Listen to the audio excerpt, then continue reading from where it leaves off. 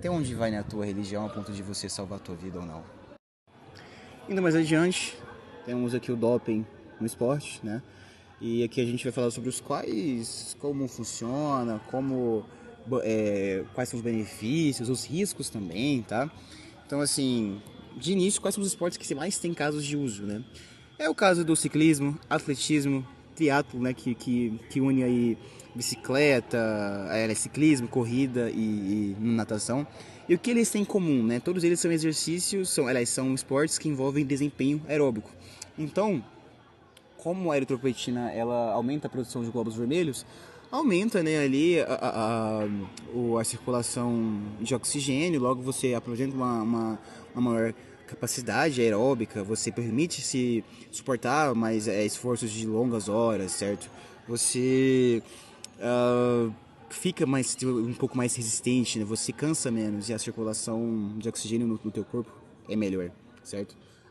Como por exemplo, no ciclismo, a gente tem um caso muito famoso, o do Lance Armstrong, no Tour de France, que ele confessou que usou a EPO e transfusões de sangue. Inclusive, depois eu vou falar disso, sobre como funciona, porque a gente tem dois tipos de aplicação, que é a sintética, né? E a gente também tem o caso de transfusão de sangue, em que eu... Vou falar aqui agora logo. Transfusão de sangue, certo? Que no caso o paciente, né, o atleta ele tira o sangue dele, coloca numa bolsa de sangue, deixa essa bolsa de sangue num recipiente adequado para isso, geralmente é um ambiente mais frio, assim, gelado, né, em um refrigerador, deixa ele ali um tempo e chega no dia da prova ele faz a transfusão de sangue para dentro.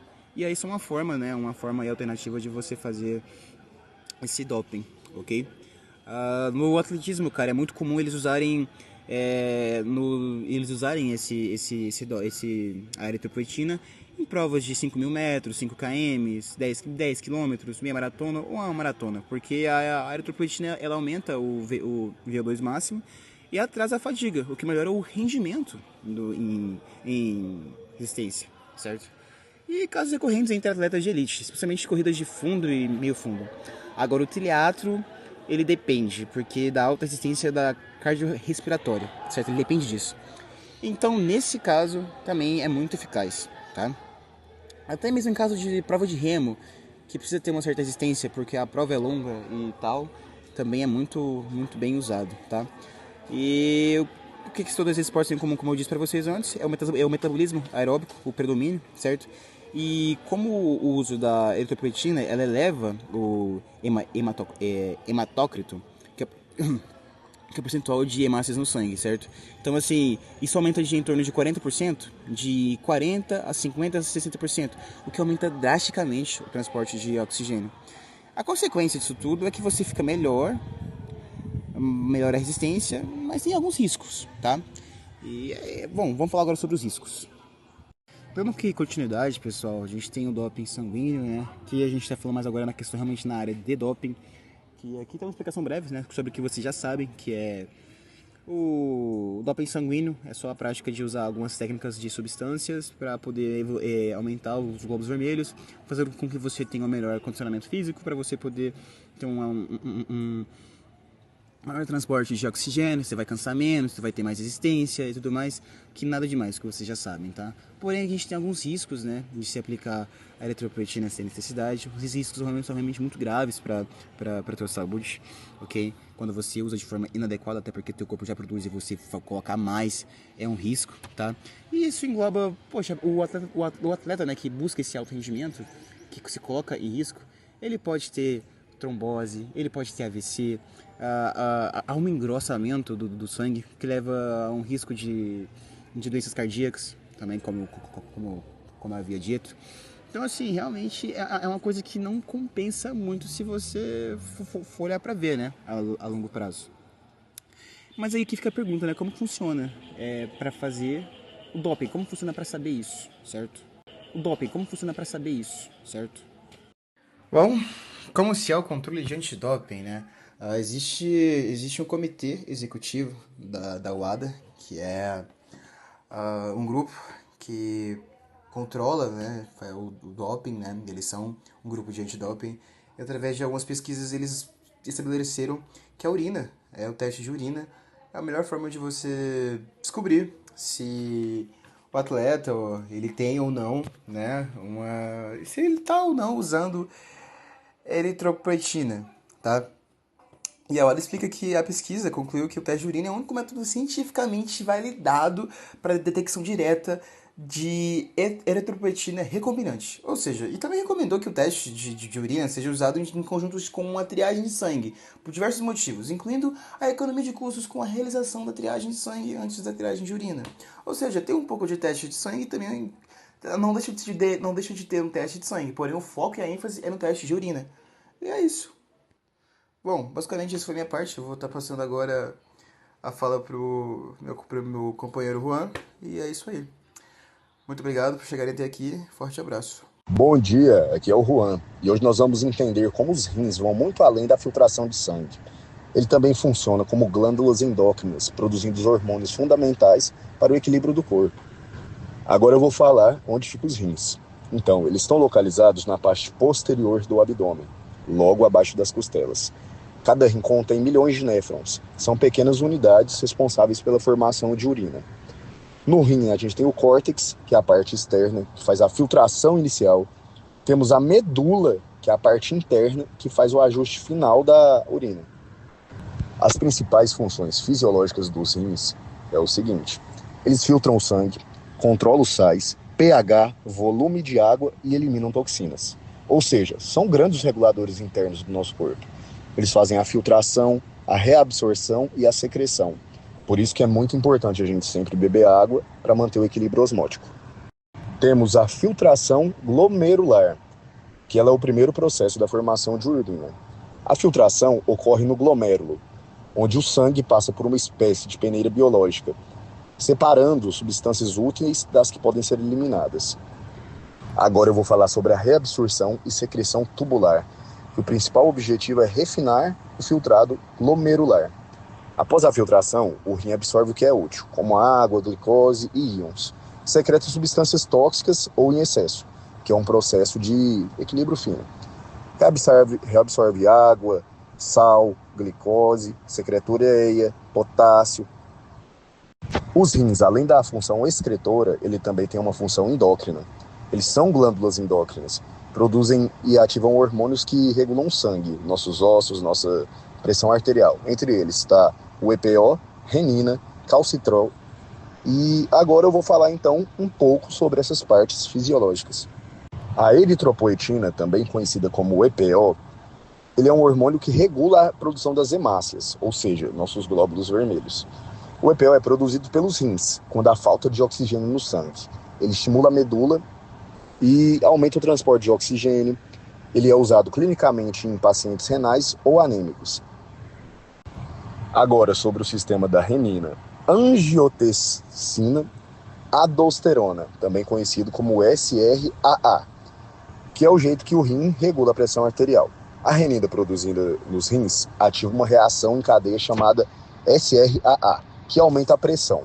Ou seja, a renina gera angiotensina 1, que vai para A2, e depois aldosterona. Agora mostrando o papel do rim no metabolismo ósseo, entra o calcitrol, que é a vitamina D ativa. O rim transforma a vitamina D na sua forma ativa, o calcitriol, que regula o cálcio e o fósforo, fortalecendo nossos ossos e nossos músculos. Então, reforçando para vocês a importância global dos rins, é o seguinte: o rim ele não simplesmente filtra, eles são reguladores, são mensageiros químicos e guardiões do nosso equilíbrio corporal. Sua função hormonal conecta o sangue, os ossos e a pressão arterial. Assim a gente pode lembra sempre rins, sangue, ossos, pressão, as vitaminas. Olá, eu sou a Helena e eu vou falar um pouco da importância da função endócrina do rim para a saúde. O rim, além de filtrar e excretar substâncias, ele atua como um órgão endócrino essencial para a homeostase. Ele produz hormônios como a eritropoietina, que estimula a produção de hemácias. Participa da ativação da vitamina D, que é fundamental para o metabolismo ósseo, e também regula a pressão arterial por meio da secreção de renina, que ativa o sistema renina-angiotensina-aldosterona, o CRAA. Esses hormônios, eles interagem com outros sistemas do corpo e mantém um equilíbrio entre oxigenação, volume extracelular e mineralização óssea. Mas então, o que ocorre em doenças renais? Quando a função renal é comprometida, as ações endócrinas dos rins são prejudicadas e resultam em importantes complicações clínicas, como a anemia, a hipertensão, a osteodistrofia renal. A anemia é a destruição das células peritubulares que produzem a eritropoietina na doença renal crônica. Ela reduz a síntese do hormônio e assim diminui a produção de hemácias na medula óssea, levando à anemia, fadiga e menor capacidade funcional. O tratamento da anemia envolve agentes estimuladores da eritropoiese e suplementação de ferro. A hipertensão é a ativação excessiva do CRAA e a retenção de sódio e água promove o aumento da pressão arterial. Esse mecanismo cria um ciclo de retroalimentação, pois a hipertensão também agrava a lesão renal. Para interromper esse ciclo, são utilizados inibidores da enzima conversora de angiotensina, IECA, e bloqueadores dos receptores de angiotensina 2, o BRA. E a osteodistrofia renal é a deficiência da enzima renal 1-alfa-hidroxálise, que impede a conversão da vitamina D em sua forma ativa, o calcitriol. Isso reduz a absorção intestinal de cálcio e aumenta os níveis de paratormônio, levando à desmineralização óssea e deformidades conhecidas como osteodistrofia renal. O controle do fósforo sérico e o uso de análogos da vitamina D são medidas terapêuticas comuns para o tratamento dessa doença. Mas, Helena, qual é a relação entre a função excretora e a função endócrina dos rins? A função excretora e endócrina, elas são interdependentes. A capacidade de filtrar o sangue e eliminar metabólitos influencia diretamente a regulação hormonal. Por exemplo, a retenção de sódio e água afeta a secreção de renina, enquanto a concentração de oxigênio tecidual regula a liberação de eritropoietina. Do mesmo modo, a ativação da vitamina D e o controle do fósforo dependem da integridade dos néfrons e da taxa de filtração glomerular. Assim, qualquer alteração estrutural ou funcional renal repercute no equilíbrio hormonal e sistêmico do organismo. Portanto, nós podemos perceber que o rim é um órgão endócrino de alta relevância clínica. A sua atuação vai além da excreção. Ele coordena processos hematológicos, cardiovasculares e metabólicos essenciais. Na doença renal crônica, a falência dessas funções endócrinas explica grande parte das manifestações sistêmicas observadas, a anemia, hipertensão e a osteodistrofia. Compreender toda essa integração é fundamental para o diagnóstico precoce, o tratamento adequado e a prevenção da progressão da insuficiência renal.